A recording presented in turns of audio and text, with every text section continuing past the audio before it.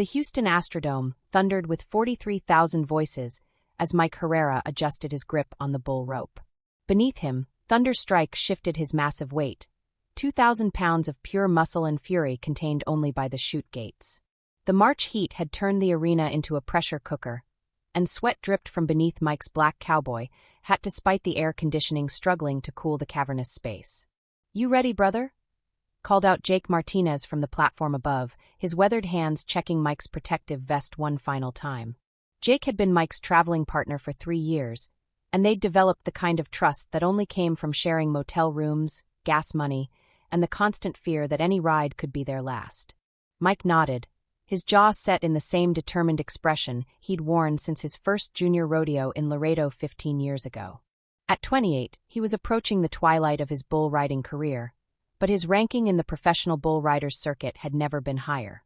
3rd place overall, with the national finals still months away. This ride on Thunder Strike could push him closer to the championship he'd chased his entire adult life. The Houston Livestock Show and Rodeo represented everything Mike had dreamed of as a kid growing up in the trailer parks of South Houston. The prize money here could cover his truck payments for 6 months. More importantly, a good ride in front of this crowd would cement his reputation among the sponsors who kept professional rodeo alive. His current contract with Wrangler was up for renewal, and they'd made it clear they wanted to see him perform on the big stage. "Ladies and gentlemen," the announcer's voice boomed through the arena. From Houston, Texas, riding Thunder Strike, Mike Herrera. The crowd erupted, recognizing their hometown hero.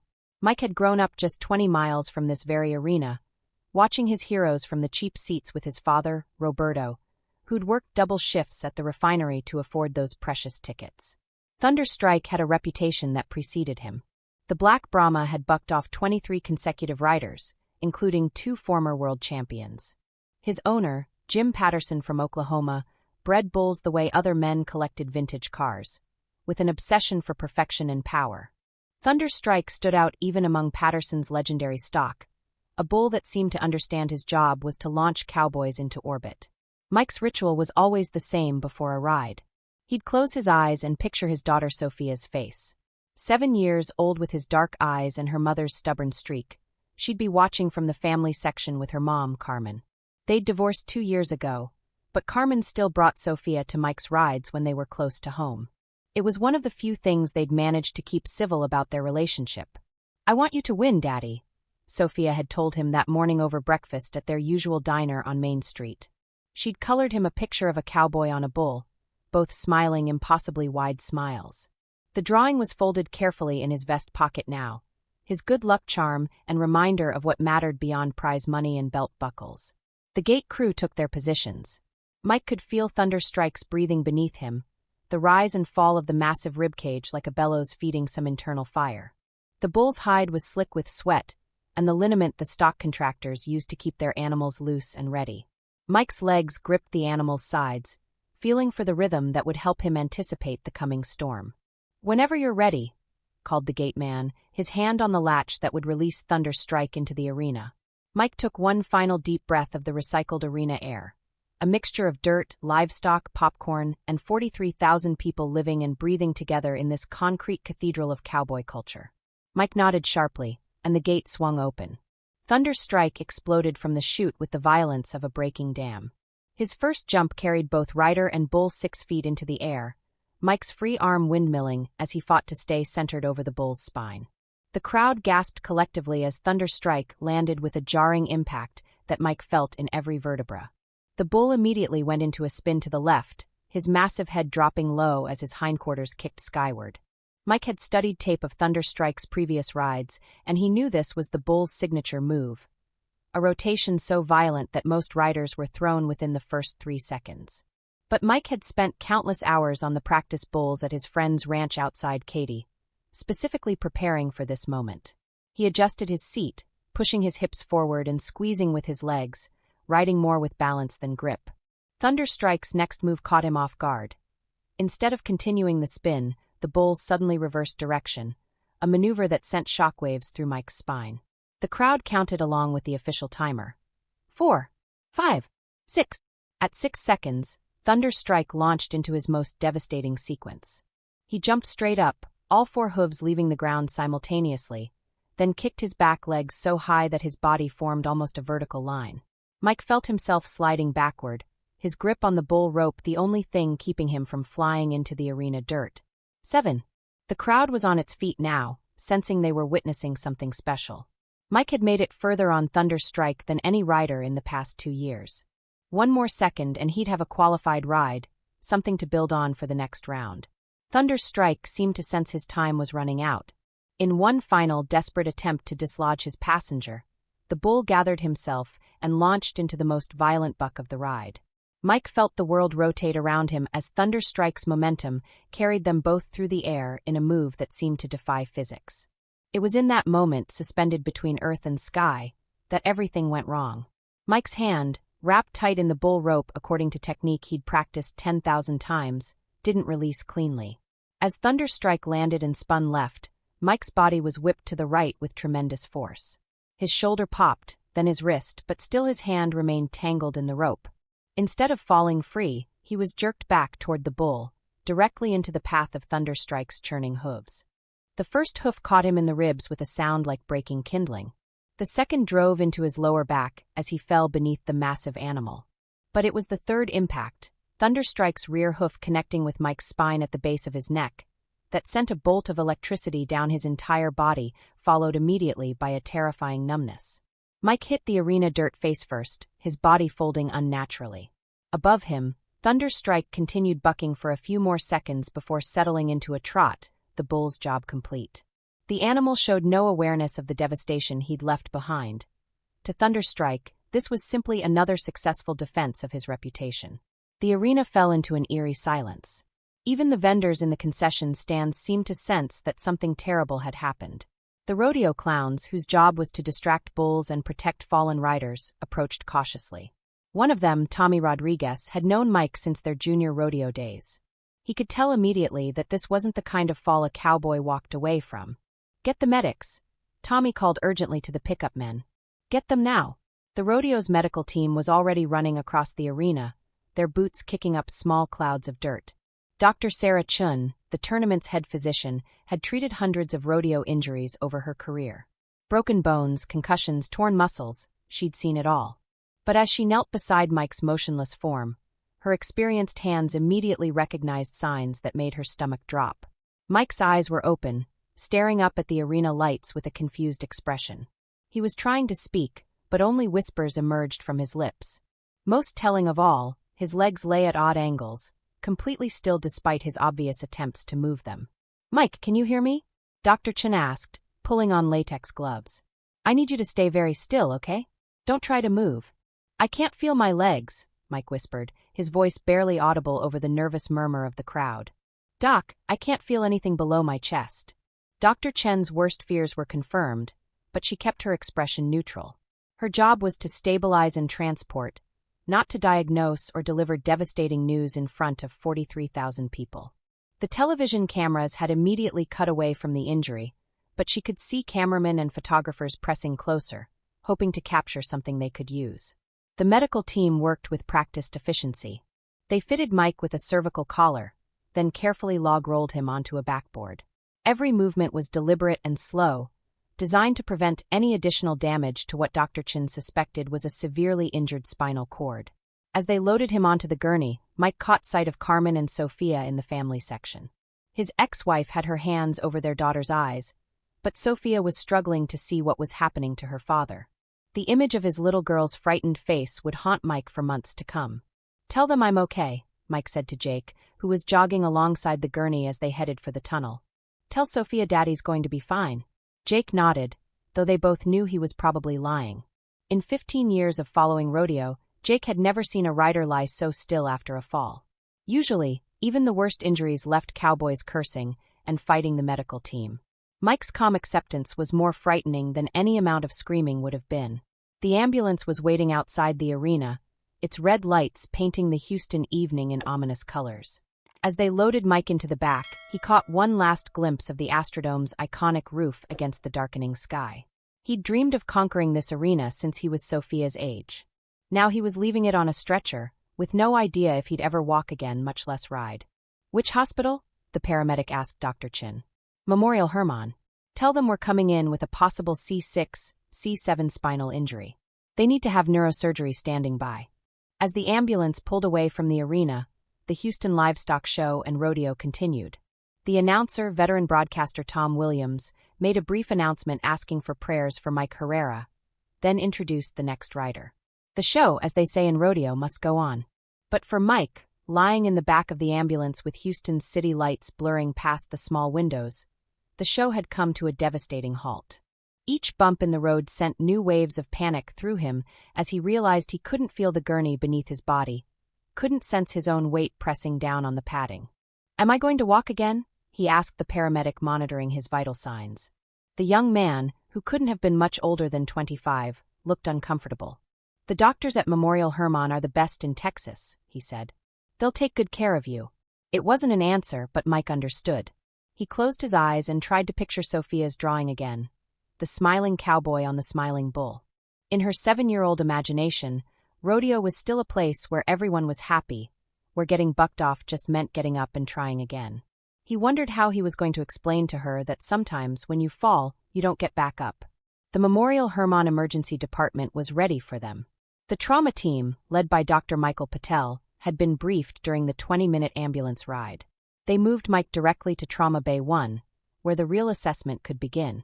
Within minutes, he was surrounded by machines beeping and humming, measuring every aspect of his body's function.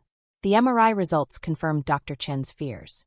Mike had sustained a complete spinal cord injury at the C6, C7 level, with significant compression and damage to the neural tissue. The impact had essentially severed the connection between his brain and everything below his chest. There would be no sensation, no movement, no voluntary control over the majority of his body. When Dr. Patel delivered the news 6 hours later, Mike was surrounded by family. Carmen had brought Sophia despite the late hour. His parents, Roberto and Maria, had driven in from their small house in Pasadena. His younger brother Carlos had flown in from Dallas, where he worked as an auto mechanic. The small ICU room felt cramped with all of them there, but Mike needed their presence more than he needed space. "The injury is what we call a complete C6, C7 spinal cord injury," Dr. Patel explained, his voice gentle but direct. "The damage is extensive, and I'm afraid the paralysis is permanent. You'll retain some function in your arms and shoulders, but your hands, trunk, and legs will not regain movement or sensation." Sophia, who had been sitting quietly in her mother's lap, suddenly spoke up. "But Daddy will get better, right? Like when I broke my arm." The room fell silent. Mike looked at his daughter, this little person who still believed the world was fundamentally fair, and felt his heart break in a way that had nothing to do with his physical injuries. "It's different this time, baby," he said, his voice thick with emotion. "Daddy's hurt in a way that doesn't get better. But that doesn't mean we can't still have fun together." Carmen was crying quietly, and Mike's mother had turned away to compose herself. Roberto, who had spent 30 years working in dangerous conditions at the refinery, understood better than most that some accidents change everything. He placed a weathered hand on his son's shoulder, one of the few places Mike could still feel touch. "We'll figure it out, Mijo," Roberto said. "We'll figure it all out." Outside the hospital window, Houston continued its relentless pace. Traffic moved along the medical center's busy streets, shift workers headed home, and somewhere across town, the rodeo grounds were being cleaned up after another successful night. Thunderstrike was probably back in his pen, eating hay and resting up for his next performance.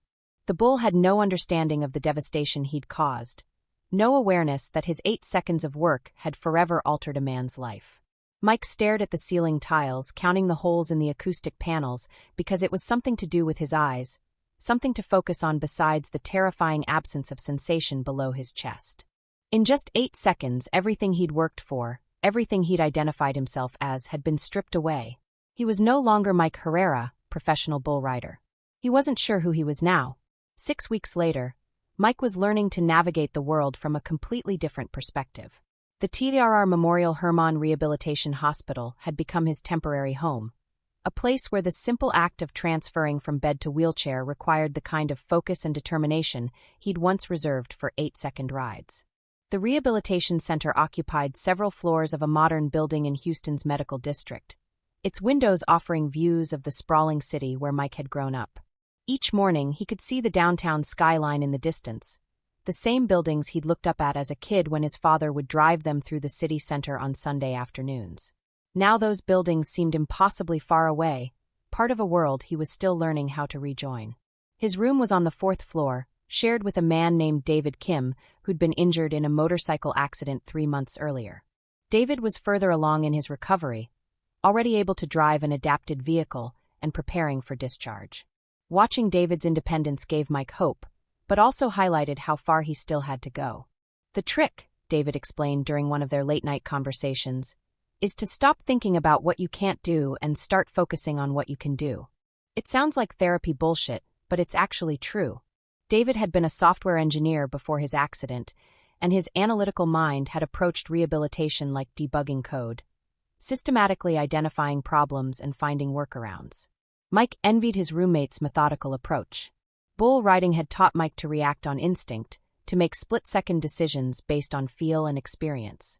This new challenge required patience and incremental progress, skills he'd never needed to develop. Mike's days began at 6 a.m. with the arrival of his physical therapist, Jennifer Walsh.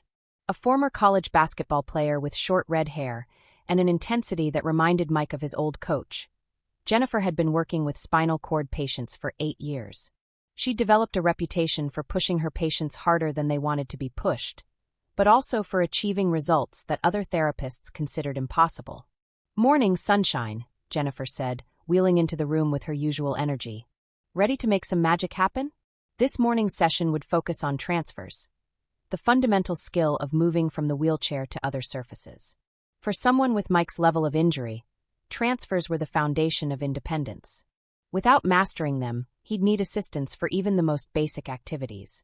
They started in the hospital's large therapy gym, a space filled with parallel bars, exercise mats, and specialized equipment that looked like torture devices to the uninitiated. Mike positioned his wheelchair next to a mat table that was the same height as his chair seat. The goal was to slide from one surface to the other using only his arms and shoulders. "Remember, it's all about momentum and timing," Jennifer coached. "You can't muscle your way through this. You have to be smart about it." Mike placed his hands on the wheelchair's armrests and pushed up, lifting his body weight with his arms. For a moment, he hung suspended between the chair and the table, his paralyzed legs dangling uselessly. Then he swung his hips toward the table, using the momentum to carry his lower body across the gap. "Better," Jennifer said. "You're starting to get the feel for it, but you're still fighting the movement instead of flowing with it." They practiced the transfer 20 more times, Mike's shoulders burning with the effort. Before his injury, he'd been in peak physical condition, with the strength and endurance needed to compete at the highest levels of professional rodeo. Now, moving his own body weight a distance of 18 inches left him exhausted. "I used to be able to deadlift 300 pounds, Mike said, wiping sweat from his forehead. "Now I can barely lift myself." "Different muscles, different movement patterns," Jennifer replied. "Your legs used to do a lot of the work, even in an upper body exercise like deadlifting. Now your shoulders and arms have to learn to do things they were never designed for. It takes time." After physical therapy came occupational therapy with Sandra Martinez, a soft-spoken woman who specialized in helping patients adapt to daily living tasks.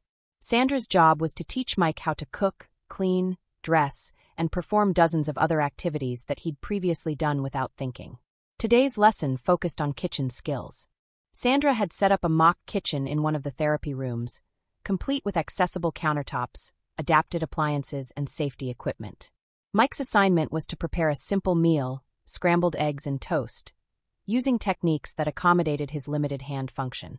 The injury had left Mike with some movement in his shoulders and biceps, but his triceps, hands, and fingers were completely paralyzed. Sandra had fitted him with adaptive equipment: wrist cuffs that allowed him to grip utensils, a universal cuff that could hold various tools, and specialized cutting boards with raised edges to prevent food from sliding away. "The key is preparation," Sandra explained as Mike struggled to crack an egg into a bowl. "Set everything up before you start cooking. Have all your tools within reach. Think through each step of the process." It took Mike 45 minutes to prepare what would have been a 5-minute meal before his accident. The eggs were overcooked, the toast was burnt on one side, and he'd dropped more ingredients on the floor than made it into the final dish. But he'd done it himself, and Sandra treated it like a major victory. "Next week we'll work on laundry," she said, making notes in Mike's chart. And after that, grocery shopping. The thought of navigating a grocery store in a wheelchair, reaching items on high shelves and maneuvering through crowded aisles, seemed overwhelming. But Sandra's confidence was infectious. She'd worked with hundreds of patients, and she genuinely believed Mike would eventually live independently. Afternoons were reserved for psychological counseling with Dr. Rebecca Thompson, a clinical psychologist who specialized in adjustment to disability. Dr. Thompson's office was different from the rest of the hospital, warmer, with soft lighting and comfortable furniture that made it feel more like someone's living room than a medical facility. "How are you processing the changes in your relationship with Sophia?" Dr. Thompson asked during one session, 6 weeks after the accident. It was a question Mike had been avoiding, even in his own thoughts. Before the injury, his identity as Sophia's father had been closely tied to his role as a provider and protector. He'd taught her to ride horses, taken her to baseball games, and carried her on his shoulders through crowded fairgrounds. Now he couldn't even reach down to tie her shoes. "I'm afraid she's going to see me as broken," Mike admitted. "When she looks at me in this chair, I don't want her to see someone who needs help with everything." "Have you talked to Sophia about your concerns? How do you explain to a 7-year-old that her dad is never going to be the same? She keeps asking when I'm coming home, when we can go to the park again, when I'm going to ride bulls again." Dr. Thompson leaned forward slightly. "Children are often more adaptable than we give them credit for. Sophia's relationship with you isn't just based on physical activities. She loves you for who you are, not what you can do." Mike understood the logic, but emotional understanding was different from intellectual acceptance. He'd missed Sophia's school play the week before because he couldn't figure out how to get his wheelchair into the auditorium. He'd had to watch it on a video that Carmen recorded, experiencing his daughter's performance secondhand through a tiny phone screen. The hardest part of each day was the evening, when the therapists went home and the hospital settled into its nighttime routine. Mike would lie in his bed, staring at the ceiling and feeling the phantom sensations in his paralyzed legs. A cruel trick his nervous system played, creating the illusion of movement and feeling where none existed. During these quiet hours, he often thought about Thunderstrike. The bull had become something of a legend since their encounter, bucking off rider after rider, and adding to his reputation as one of the rankest bulls in professional rodeo. Mike had watched some of the rides on his tablet, studying the way other cowboys attempted to ride the animal that had ended his career. There was no anger toward Thunderstrike. Anger would have been pointless. The bull was simply doing what bulls do, following instincts that had been bred into him over generations. If anything, Mike felt a strange kinship with the animal. They were both prisoners of their nature, Thunderstrike unable to be anything other than a bucking bull, and Mike unable to be anything other than a cowboy who could no longer ride. Jake Martinez visited every few days, bringing news from the rodeo circuit and updates on riders Mike had competed against for years. The conversations were awkward at first, filled with forced optimism and careful avoidance of certain topics. But gradually they found their rhythm again, talking about technique and strategy the way they always had. "Tommy Nguyen drew Thunderstrike last weekend in Fort Worth," Jake mentioned during one visit. "Lasted about 3 seconds. That bull's turned into a freight train since he bucked you off. Tommy's got good balance, but he sits too far back," Mike observed. "Thunderstrike always goes into that reverse spin around the 4-second mark. If you're not centered over his shoulders when he makes that move, you're done." It felt good to analyze rides again, to use the knowledge he'd accumulated over 15 years of competition. Even if he couldn't apply that knowledge personally anymore, it was still part of who he was. The injury had taken away his ability to ride, but it hadn't erased his understanding of how riding worked. Carmen brought Sophia for visits twice a week, usually in the evenings after Sophia's after-school program. These visits were the highlight of Mike's week, but also the most emotionally challenging. Sophia was adapting to her father's condition with the resilience that children often display, but Mike could see confusion in her eyes. "Daddy, when are you coming home?" Sophia asked during one visit, climbing carefully onto his lap as he sat in his wheelchair. The occupational therapist had taught him how to position his arms to safely hold her, but it required constant concentration to maintain his grip. "I'm going to be here a little while longer, baby," Mike said. "I'm learning how to do things in a new way. But I'll be home soon, and we'll figure out how to have fun together." Sophia nodded seriously, then brightened. "I learned a new song at school. Want to hear it?" She sang "Twinkle, Twinkle, Little Star" in her sweet, slightly off-key voice, and Mike felt his heart swell with love and grief in equal measure. This little person was going to grow up with a father who couldn't chase her around the playground or teach her to ride a bike. But she was still his daughter, and he was still her father. Dr. Thompson was right. Their relationship would adapt. After Sophia and Carmen left that evening, Mike sat in his wheelchair by the window, looking out at the Houston skyline. The city lights stretched to the horizon, millions of people going about their lives, facing their own challenges and celebrating their own victories. Somewhere out there, other cowboys were preparing for weekend rodeos, wrapping their hands and checking their equipment. The world of professional bull riding was continuing without him. But for the first time since the accident, Mike began to consider what his world might look like instead. He couldn't ride anymore, but he could still teach. He couldn't compete, but he could still analyze and strategize.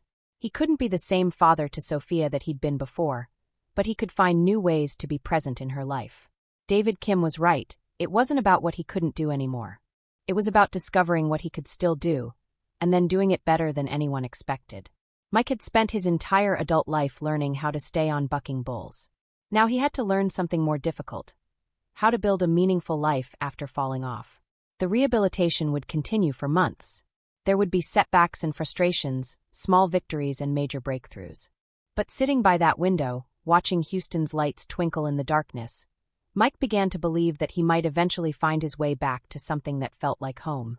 3 months after his discharge from TJRR, Mike was discovering that the real rehabilitation happened not in hospital therapy rooms, but in the relentless challenge of everyday life. His new apartment in the Heights, carefully chosen for its accessibility features, had become both sanctuary and testing ground for the independence he'd worked so hard to achieve. The morning routine that had once taken him 15 minutes now required nearly an hour. Getting dressed, preparing breakfast, and organizing his day meant navigating a complex choreography of transfers, adaptive equipment, and careful planning. But Mike was learning to find satisfaction in these small victories, the way he'd once found pride in riding difficult bulls. His apartment was a 1-bedroom unit on the ground floor of a renovated warehouse building. The developers had converted the space specifically for residents with disabilities, incorporating wider doorways, roll-in showers, and lowered countertops throughout. The industrial aesthetic, exposed brick walls, concrete floors, and large windows, reminded Mike of the practice arenas where he'd spent countless hours perfecting his technique. Sophia visited every other weekend, and Mike had worked with an occupational therapist to make the space as kid-friendly as possible. Her favorite spot was the living room, where they'd set up a small table at wheelchair height where she could do homework while he worked on his laptop. The arrangement allowed them to be productive together, creating a new kind of bonding that didn't require physical activities. "Daddy, can you help me with this math problem?" Sophia asked one Saturday afternoon, her pencil hovering over a worksheet covered in addition problems. Mike rolled his wheelchair closer to examine the problem. "What's 7 plus 9? Sophia counted on her fingers, a technique that reminded Mike of his own struggles with numbers as a child. His formal education had ended with high school, his academic career derailed by the demanding schedule of junior rodeo competition. Now, helping his daughter with second-grade math, he was rediscovering the satisfaction of learning. 16, Sophia announced proudly. "That's right. You're getting really good at this." These quiet moments had become precious to Mike. Before the accident, his time with Sophia had been filled with high-energy activities, trips to amusement parks, horseback riding lessons, and adventures that required his mobility. Now their relationship was built on conversation, games, and the simple pleasure of being present with each other. The adjustment hadn't been easy for either of them. Sophia sometimes forgot about her father's limitations, asking him to reach things on high shelves or suggesting activities that were no longer possible. Mike was learning to redirect these moments without making Sophia feel guilty for her requests. "I can't reach that, baby," he'd say when she asked him to get something from the top of the refrigerator. "But I bet we can figure out another way." They'd locate a long-handled reacher or rearrange the kitchen organization, so frequently used items were within his reach. Mike's days now revolved around a new kind of routine, one that required as much discipline as his former training regimen but served different goals. 3 mornings a week, he continued outpatient physical therapy at TIRR, working to maintain his strength and mobility. The other days, he was building something unexpected, a new career. The idea had emerged during a conversation with Jake Martinez, who'd continued visiting regularly throughout Mike's recovery. Jake had been struggling with his own career transition, considering retirement from bull riding as his body accumulated the wear and tear of 2 decades of competition. "I keep thinking about all the young riders coming up," Jake had said during one of their weekly coffee meetings at a cafe near Mike's apartment. "They've got talent, but no real understanding of strategy. They think it's all about hanging on for 8 seconds. Mike nodded, remembering his own early years when he'd relied more on athleticism than intelligence. "I didn't really start winning consistently until I learned to read the bulls, to understand their patterns." Exactly. And there's nobody teaching that. The older riders are too busy competing to mentor anyone, and the coaches at the youth level don't have the experience with rank bulls. It was Jake who first suggested that Mike consider teaching, but the idea took weeks to develop into something concrete. Mike's initial reaction was skepticism. How could someone who could no longer ride teach others to do it better? But as he thought about it more, he realized that his perspective might actually be an advantage. His injury had forced him to analyze bull riding in ways he'd never considered while competing. Unable to rely on physical instinct, he'd begun studying video footage with the intensity of a graduate student, breaking down rides frame by frame to understand the subtle mechanics of balance, timing, and anticipation. The breakthrough came when Mike contacted Dr. Wayne Chun, a biomechanics professor at Rice University who'd been studying rodeo injuries as part of a sports medicine research project. Dr. Chun had been looking for someone with elite-level experience to help interpret his data, and Mike's combination of practical knowledge and analytical approach made him an ideal collaborator. "Your understanding of the physics involved is remarkably sophisticated," Dr. Chun told Mike during their first meeting in the professor's laboratory. "You're describing concepts that align perfectly with our kinematic analysis, but you're expressing them in practical terms that could actually help riders improve their technique." Their collaboration evolved into something more ambitious than either had initially envisioned. Dr. Chun provided the scientific framework, while Mike translated complex biomechanical principles into actionable coaching techniques. Together, they were developing a new approach to bull riding instruction that combined traditional cowboy wisdom with modern sports science. The work was intellectually demanding in ways that reminded Mike why he'd been drawn to bull riding in the first place. Both required quick thinking, precise timing, and the ability to process multiple variables simultaneously. The difference was that his new career allowed him to use his mind in ways that didn't depend on his physical capabilities. "Look at this sequence," Mike said, pointing to a slow-motion video clip playing on Dr. Chen's computer screen. "See how the rider's center of gravity shifts about half a second before the bull changes direction? He's not reacting to the bull's movement. He's anticipating it based on subtle cues." Dr. Chen paused the video and made notes. "Can you identify what those cues are?" The bull's head position, the tension in his shoulders, the way his weight shifts through his front legs. It's like reading a language that most riders never learn to speak. They were documenting these insights, creating a comprehensive training system that could help riders at every level improve their performance while reducing their risk of injury. Mike's accident had taught him that bull riding would always be dangerous, but many injuries resulted from poor technique rather than unavoidable accidents. The project had also connected Mike with other former riders who'd been forced to reinvent themselves after career-ending injuries. Through online forums and video conferences, he discovered a community of cowboys who were finding new ways to contribute to the sport they loved. One of these connections led to Mike's first official coaching opportunity. Sarah Williams, a former barrel racer who now managed a youth rodeo program in Katy, had heard about Mike's work through the bull riding community's informal network. She invited him to observe one of her training sessions and offer feedback to her young riders. The Katy Youth Rodeo Association operated out of a modest arena on the outskirts of Houston, surrounded by suburban development, but maintaining the authentic atmosphere of rural Texas. The facility included practice pens, a regulation-sized arena, and bleachers that had seen decades of weekend competitions.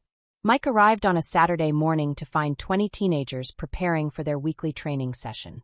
Most were between 14 and 18, kids who'd grown up on ranches or in rodeo families and were serious about potentially pursuing the sport professionally. "This is Mike Herrera," Sarah announced to the group. "Some of you might know his name from PBR. He's here to help us think about riding technique." Mike felt a familiar nervousness as the young riders gathered around his wheelchair.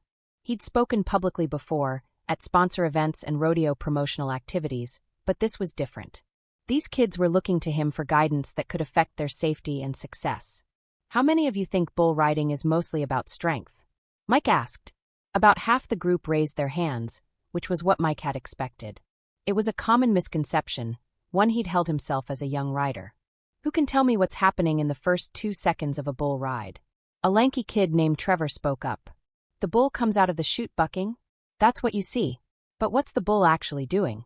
What's his goal? The question prompted a discussion that revealed how little these promising young riders understood about the psychology and strategy of bull riding. They'd been taught basic safety and technique, but no one had helped them think about the intellectual aspects of the sport. Over the next 2 hours, Mike guided them through a series of exercises designed to develop their analytical skills. Using video footage on a tablet, he showed them how to identify patterns in bull behavior, recognize the subtle cues that preceded major direction changes, and understand the relationship between their body position and their ability to maintain balance. This bull always does the same thing at the 4-second mark, Mike explained, showing them footage of a bull named Tornado Warning. See how his left shoulder drops just before he spins? If you know that's coming, you can prepare for it. The kids were fascinated, asking questions that demonstrated they'd never considered these aspects of riding. Mike realized he'd found something that excited him as much as competition had. The process of passing on knowledge that could help these young riders achieve their goals more safely and effectively. After the session, Sarah pulled Mike aside. I've never seen them so engaged in a technical discussion. Would you consider making this a regular thing? Mike agreed immediately. The teaching had felt natural, drawing on skills he'd developed during his competitive career, but applying them in a new context. For the first time since his accident, he'd experienced the satisfaction of being genuinely useful, of contributing expertise that couldn't be easily replaced. That evening, as Mike prepared dinner in his accessible kitchen, he reflected on the day's experience. The teenagers reminded him of himself at that age, talented, dedicated, but lacking the deeper understanding that separated good riders from great ones. He could help bridge that gap, using his hard-earned knowledge to potentially save them from some of the mistakes he'd made. Sophia called while he was eating, her voice excited as she told him about her day at a friend's birthday party.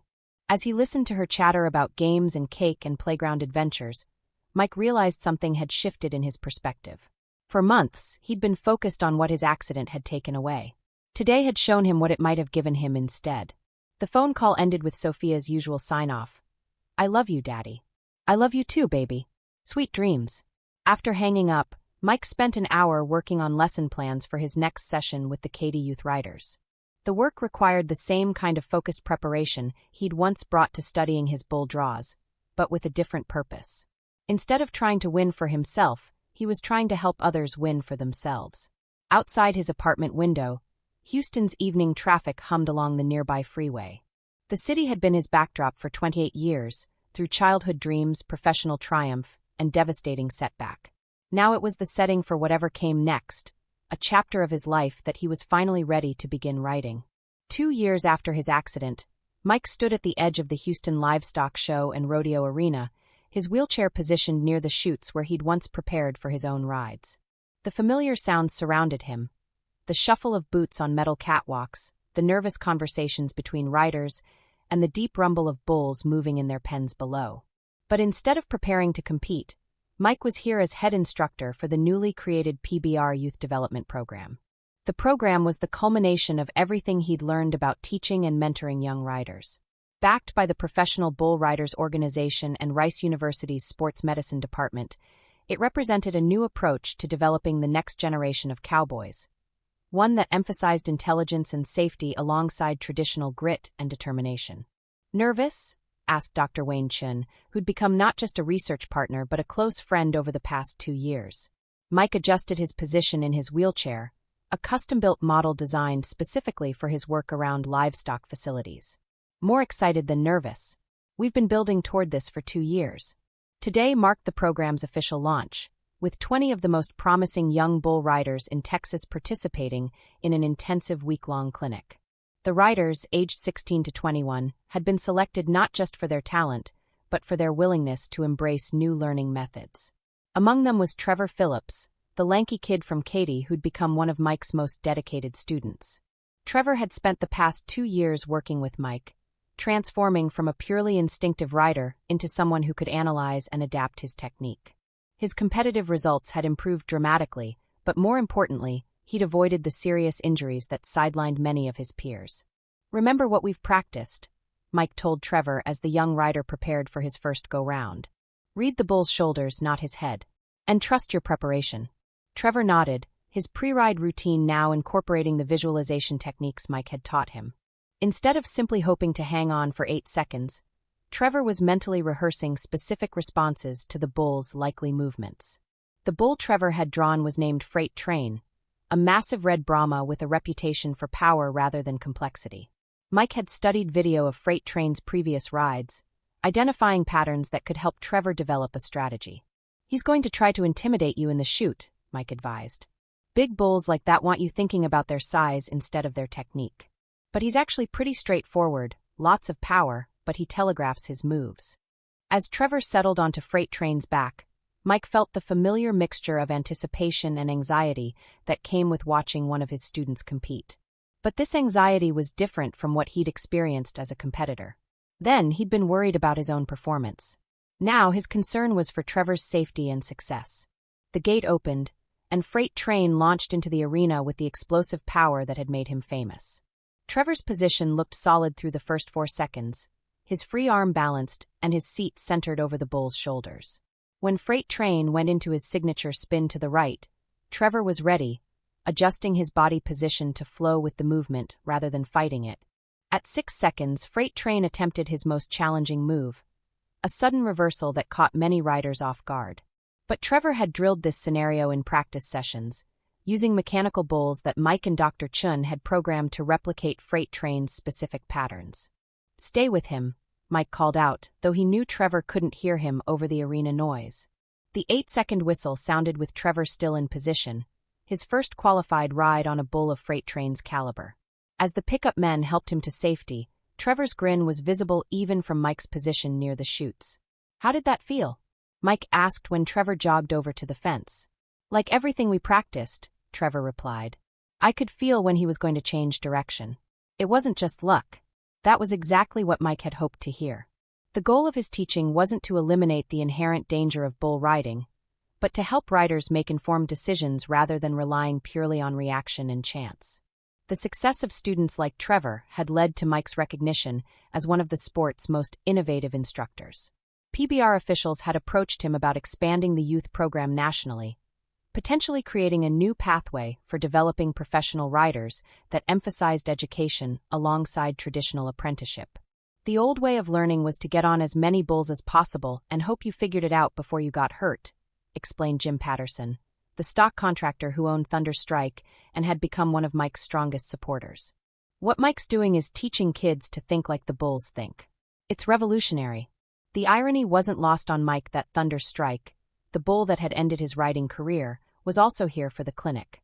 The massive black Brahma had continued his dominant streak, remaining unridden in his last 37 attempts. Patterson had brought him specifically as a teaching tool, allowing Mike to analyze his movements for the students. "This bull is special," Mike explained to the group of young riders gathered around Thunderstrike's pen. "He's not just athletic, he's intelligent. He learns from every rider he faces, and he adapts his strategy accordingly." One of the students, a girl named Ashley Rodriguez from San Antonio, raised her hand. "Do you think anyone will ever ride him?" Mike considered the question carefully. Ashley was one of the few female participants in the program, competing in a sport that remained overwhelmingly male. Her presence represented another evolution in rodeo, one that Mike was proud to support. "Someone will ride him eventually," Mike said. "But it won't be because they're stronger or more athletic than previous riders. It'll be because they understand something about his patterns that others have missed." As if responding to the discussion, Thunder Strike moved to the front of his pen, his massive head turning toward the group. Mike felt no anger toward the animal that had changed his life so dramatically. If anything, he felt gratitude. Thunder Strike had forced him to discover abilities he'd never known he possessed.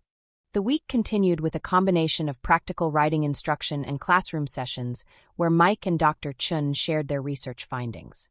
They'd identified specific biomechanical factors that contributed to both riding success and injury prevention, information that was being incorporated into coaching programs across the country.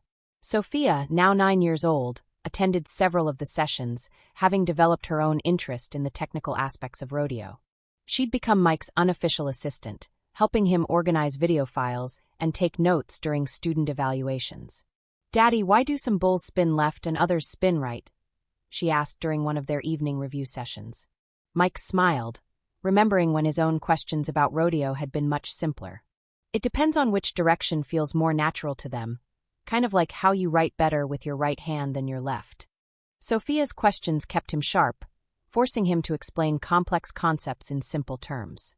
Her presence also reminded him daily that his accident had given him something precious: more time with his daughter and a career that allowed him to share in her curiosity about the world. Carmen had remarried the previous year, to a man named David who treated Sophia with genuine affection and respect.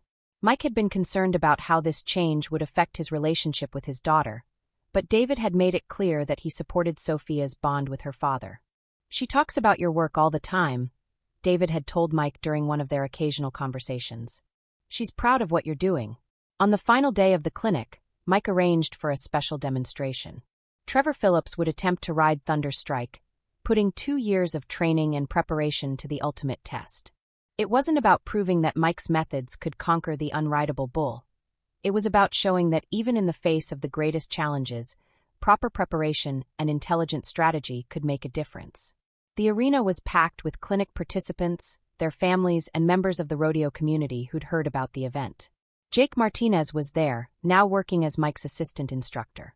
Carmen and Sophia sat in the front row, along with Mike's parents, who'd become his most enthusiastic supporters.